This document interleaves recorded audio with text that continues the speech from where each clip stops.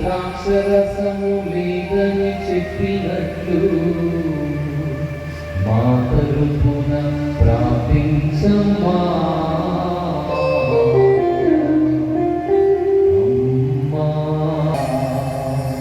స్తుతి గీతమును దేవునికి తెలిపినట్లు మేము నిన్ను స్తుతించునట్లు మీ తల్లి ద్వారా మాకు నేర్పించుమయ్యా. అమ్మా మరియా, అమ్మా మరియా, కుమారుని చూచి ప్రార్థించినట్లు నిరంతరం మా తరపున ప్రార్థించు మా మరియా. ప్రార్థన చేయుమమ్మా. కలతలతో కన్నీటితో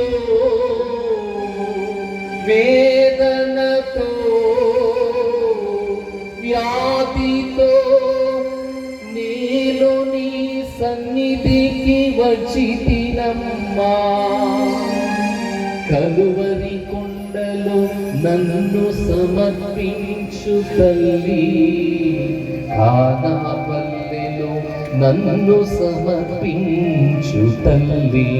చాలు ప్రభువా, ఈ సమయాన మేమందరము ఏక మనస్కులమై ప్రార్థన చేస్తూ మమ్మల్ందరినీ కూడా దీవించి మీ యొక్క కృపలో మమ్మల్ందరినీ కూడా భద్రముగా ఉంచు ప్రభువా. లోక జీవితములో మేము అత్యవసరమైనటువంటి అపాయకరమైనటువంటి పరిస్థితులను మేము ఎదుర్కొంటూ ఉన్నాం ప్రభు. ఈ సమయాన మాకు శాంతి లేదు, సమాధానము లేదు ప్రభువా. దుఃఖం, వేదనతో, మానసిక ఆందోళనతో మరి తగ్గింపు తనము లేక మేము జీవిస్తూ ఉన్నాం.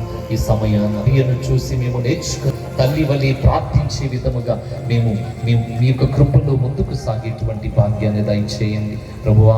ఇక్కడ చేరి ప్రార్థన చేస్తున్న ప్రతి బిడ్డను, ప్రతి కుటుంబాన్ని మీ పరిశుద్ధ హస్తముతో తాకి స్వస్థపరిచి ఆశీర్వదించమని వేడుకుంటూ ఉన్నాం ప్రభువా. ఈరోజు తల్లి